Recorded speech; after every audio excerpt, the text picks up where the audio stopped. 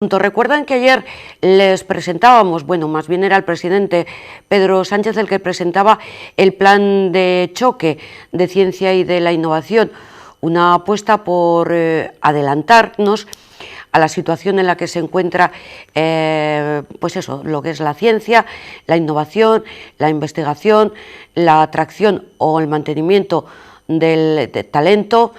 Bien, pues hoy queremos conocer la opinión de la Asociación Española de Investigaciones sobre el Cáncer alrededor de este plan. Así que hablamos con su presidente, que es José Bustelo. Arratsaldeon, muy buenas tardes, presidente. ¿Qué tal estamos? Hola, buenas tardes, ¿cómo están? Pues que comentábamos, ayer mismo era anunciado este plan. No sé si han tenido tiempo de analizar las medidas que recogen en el plan de choque y, en caso de haberlo analizado, ¿cuál es la valoración? Sí que hemos tenido tiempo de valorarlo, obviamente, porque eran medidas que habían sido anunciadas previamente y que realmente eran muy esperadas por la comunidad científica, ¿no? Bueno, nosotros tenemos una valoración un poco ambivalente. Por un lado, vemos aspectos muy positivos. Quizá el principal es el hecho de que por fin y por primera vez el Gobierno explicite claramente que hay un problema que hay que solventar en nuestro sistema de ciencia e investigación, ¿no? Está claro que llevamos muchos años sufriendo recortes, que no se han implementado medidas paliativas hasta ahora y al menos ahora el Gobierno por fin reconoce que hay ese problema y que hay que actuar para solventarlo. Entonces eso es positivo y esperemos que suponga un cambio en las políticas científicas en el próximo futuro, ¿no? En cuanto a las medidas concretas, pues bueno, hay medidas positivas. Por ejemplo, el plan recoge medidas que nuestra asociación había propuesto desde hace tiempo, como por ejemplo favorecer la captación de talento joven o favorecer la medicina de precisión, la medicina genómica para diagnosticar y tratar mejor a los pacientes. También invertir más en tratamientos personalizados para pacientes con cáncer o otras enfermedades. O sea que yo creo que en eso es positivo, aunque es verdad que los fondos que se habilitan para implementar estas partidas pues son bastante deficitarios. Necesitamos bastante más inversión para que este tipo de tecnologías nuevas pues se implementen de forma efectiva y sobre todo de forma efectiva en la clínica. Por otro lado, donde sí tenemos un mayor grado de excepción es en las medidas que van dirigidas directamente a paliar los defectos en la financiación de los grupos de investigación. Desde ASEICA habíamos demandado desde hace ya unos meses que realmente necesitamos un cambio muy profundo en este aspecto, que calculábamos que al menos para alcanzar los niveles que nos corresponderían en estos momentos tendríamos que aumentar la financiación casi al doble del Plan Nacional, que no es mucho porque ten en cuenta que actualmente lo que se invierte en España en ciencia es aproximadamente 350 millones de euros. Aquí se quedan un poco cojos porque la verdad la inversión es solamente un aumento de 14% durante los próximos 2 años, que se queda muy atrás porque de hecho el propio Ministerio reconoce que con estas medidas lo que nos hacen es ponernos al nivel de 2010. O sea que, bueno, es obviamente algo que es mejor tenerlo que no tenerlo, pero obviamente la ciencia no puede vivir con presupuestos del año 2010, tiene que vivir con presupuestos del año 2020, que es en el que estamos, ¿no? Y entonces ahí sí que realmente tenemos una cierta decepción y, bueno, habrá que seguir insistiendo para que al menos esta reivindicación, que yo creo que es sentida por todos los investigadores españoles, pues se lleva a cabo finalmente. Si me permites, o sea, hablar de ciencia y de tecnología queda vago, es muy genérico. Las medidas deben contemplar esos dos aspectos, por lo menos, que es personal, capacitado, necesario y suficiente, y aportación económica en las mismas condiciones. Si el tema económico no llega y el tema de personal se queda cojo, el plan no va a tener resultados. Bueno, a ver, en personal sí que han puesto un esfuerzo bastante importante porque estamos hablando de un incremento en los próximos 2 años del 30%, que bueno, es un aumento bastante sustancial, ¿no? Sí que es verdad que lamentablemente las personas para trabajar en ciencia necesitan fondos, obviamente. No es solamente tener personas, sino que esas personas obviamente hacen experimentos consumen reactivos y obviamente pues eso cuesta dinero. Entonces yo creo que por eso digo que hay que tener un cambio mucho más cualitativo y cuantitativo en cuanto a los fondos de investigación, porque es al final lo que le permite a esa gente joven ser competitiva y poder hacer investigación que, bueno, en pie de igualdad con sus colegas extranjeros.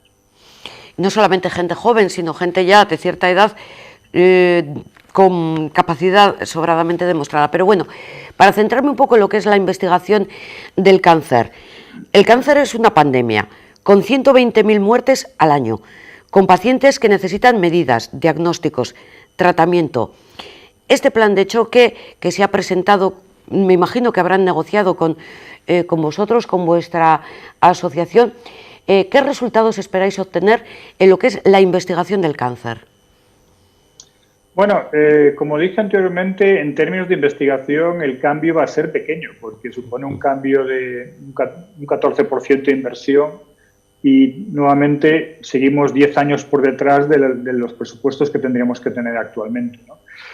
Yo aquí para poner un poco el punto más positivo, sí que es verdad que se necesita apostar por la investigación genómica y por nuevos tratamientos, sobre todo en cáncer, porque obviamente el cáncer es una enfermedad genética y cuanto mejor sepamos acerca de las alteraciones genéticas que tiene cada paciente, pues podremos aplicarles cada vez mejores tratamientos y podremos cada vez diagnosticarlos mejor, ¿no? En este sentido, creo que apostar pues, por esta medicina personalizada y por esta medicina genómica es algo positivo.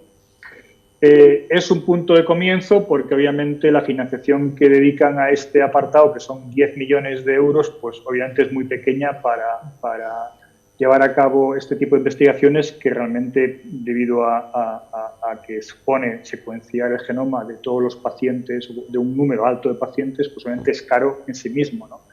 Pero bueno, ahí yo me quedo con una visión más positiva, en donde, bueno, esa reivindicación se ha cogido, se ha puesto algo de dinero y esperemos que pues, en los próximos años pues estas partidas se incrementen cada vez más y seamos capaces de conocer mucho mejor la base molecular del cáncer y sobre todo pues diagnosticar y tratar cada vez mejor a los pacientes. Por conocer, en los últimos 10 años en el estudio y la investigación en el cáncer, ¿cuánto hemos podido evolucionar? ¿Qué tanto por ciento?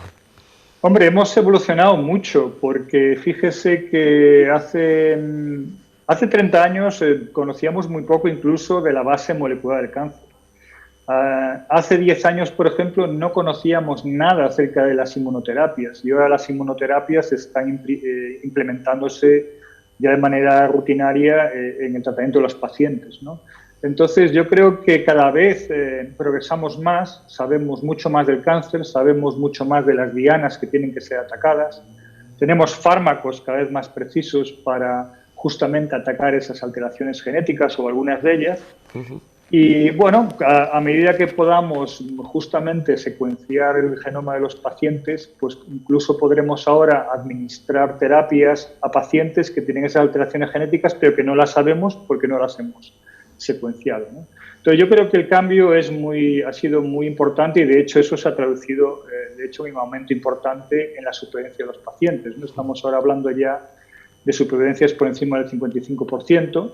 Obviamente eso es bajo, no nos podemos conformar, nuestra ambición es llegar al 75% de curaciones en los próximos 10 años y para eso nuevamente tenemos que seguir trabajando en los ámbitos que le comenté anteriormente, en conocer mejor las alteraciones genéticas de los pacientes y en desarrollar fármacos cada vez más precisos pues, para tratarlos de forma personalizada.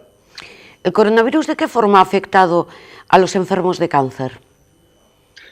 Bueno, le ha afectado de dos maneras diferentes.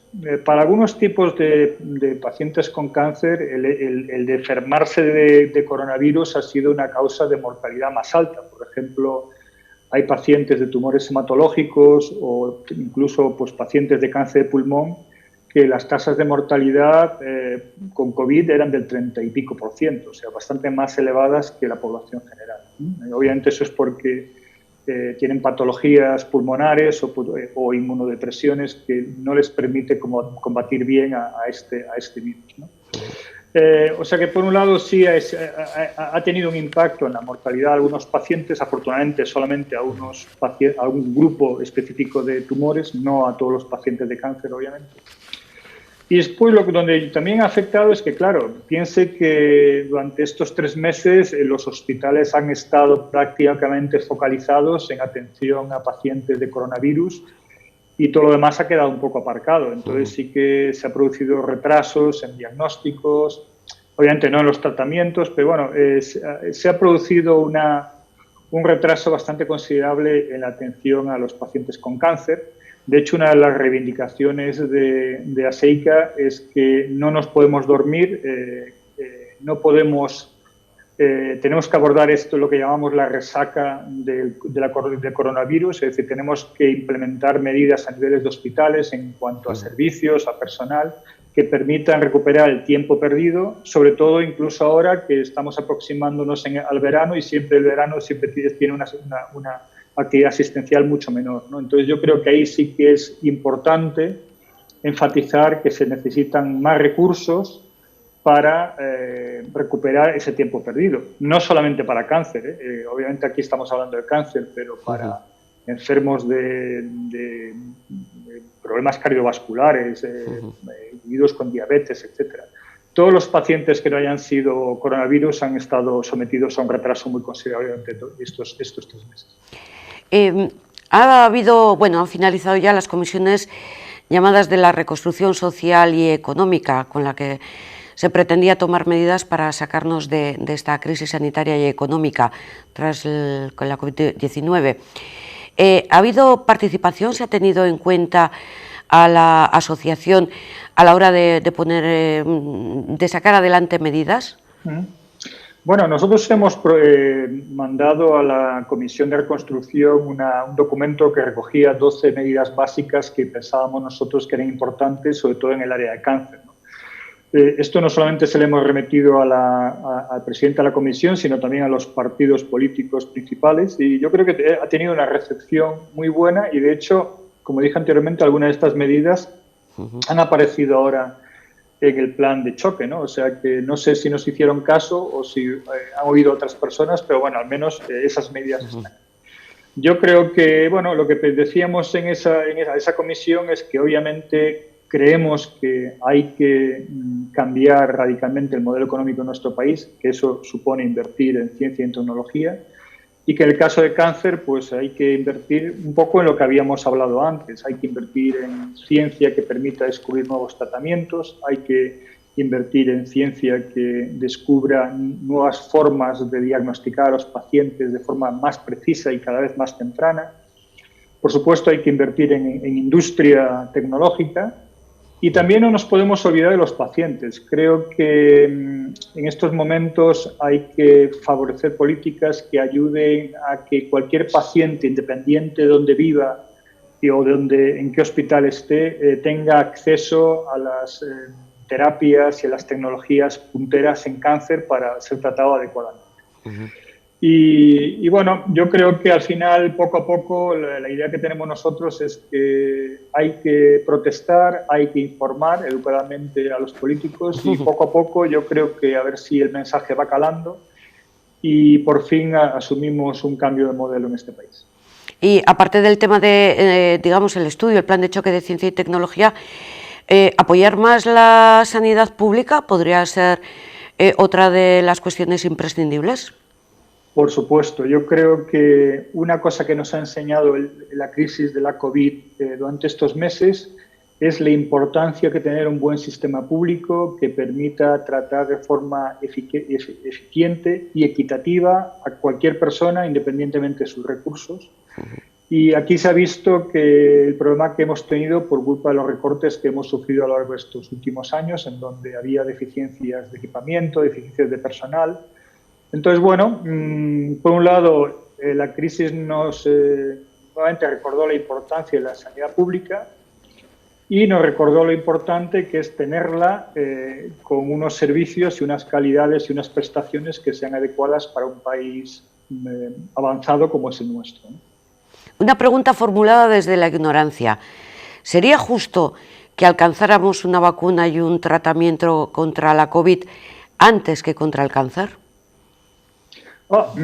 Seguramente no es injusto, probablemente sea así. Y es así porque, obviamente, tratar una enfermedad vírica es mucho más sencillo que tratar tumores. Hay que tener en cuenta que, para empezar, un virus es un patógeno externo contra el cual estamos generalmente preparados o tenemos defensas para defendernos, mientras que el cáncer es una enfermedad que surge de nuestras propias células. Son nuestras alteraciones genéticas que se acumulan en algunas células de nuestros órganos, que pierden el control y empiezan a crecer desordenadamente, pero al final es parte de nosotros mismos y ahí radica la dificultad de distinguir el cáncer de los tejidos o los órganos sanos, ¿no? Entonces, yo estoy convencido que a no ser que tengamos muy mala suerte, el coronavirus, bien a nivel farmacológico, bien a nivel de vacunas, en 2-3 años lo tendremos controlado. Y también lo tendremos controlado porque progresivamente iremos desarrollando inmunidad natural contra el mismo, con lo cual al final yo creo que acabará siendo como, bueno, una gripe que vendrá de vez en cuando, pero que nos hará unos síntomas muy leves, ¿no? Eso yo creo que es la esperanza que tenemos todos. El cáncer, lamentablemente, es más complejo, nos llevará más tiempo. Es verdad que iremos poco a poco, cada vez se irán curando más cánceres o más tumores o algunos subtipos de tumores específicos, y habrá otros que todavía tendremos un reto por delante para tratar, pero yo creo que también con investigación y con implicación de todo el mundo, de los pacientes, de los científicos, de los médicos, al final conseguiremos ir avanzando significativamente en la lucha contra el cáncer, así como lo hemos hecho en estas últimas décadas. Doctor Bustelo, muchísimas gracias por esta información, por el trabajo que realizan, porque si ahora nos centramos y estamos hablando tanto de la COVID, nos deberíamos pensar también, ¿quién no tiene un familiar, quién no tiene un conocido afectado por el cáncer, verdad? Sí, efectivamente. Yo creo que es una enfermedad que lamentablemente nos afecta a todos. Todos hemos tenido un familiar, un conocido que ha pasado por el cáncer, algunos han sobrevivido, otros lamentablemente no lo han podido hacer. Y es de hecho algo que a los científicos nos mantiene trabajando diariamente, sobre todo los que trabajamos en cáncer, porque justamente tenemos ese contacto con familiares, con pacientes de forma muy rutinaria, y realmente vemos la necesidad imperiosa de mejorar el tratamiento y el diagnóstico del cáncer. Entonces, en eso estamos y esperemos que lo consigamos. Si me permite, desde la ironía, ojalá los científicos y los médicos cobraran tanto como hacen los futbolistas de primera división, doctor Bustelo. Bueno, mira, fíjese, mire, Asseika, y eso que pienso honestamente que sí estamos mal pagados, pero Asseika jamás ha reivindicado que tengamos que cobrar más. Nosotros siempre hemos reivindicado que queremos trabajar en buenas condiciones. Y eso es nuestro primer objetivo. Los científicos, obviamente, nos gusta vivir bien como a todo el mundo, eso no lo podemos ocultar, pero al final el científico básicamente se mueve por las ansias de conocer, por las ansias de descubrir y por las ansias de contribuir positivamente a la sociedad. Y eso es lo importante y al final es lo que reivindicamos. No queremos cobrar más, lo que queremos es trabajar en condiciones óptimas para ser competitivos y cada vez hacer ciencia mejor y contribuir mucho mejor, pues, a la economía y a la vida de los pacientes. A la calidad de vida, pues que no decaiga ese ansia. Muchísimas gracias, un abrazo aquí desde la distancia. Muy buenas tardes. Muchas gracias a ustedes por su atención. Hasta luego.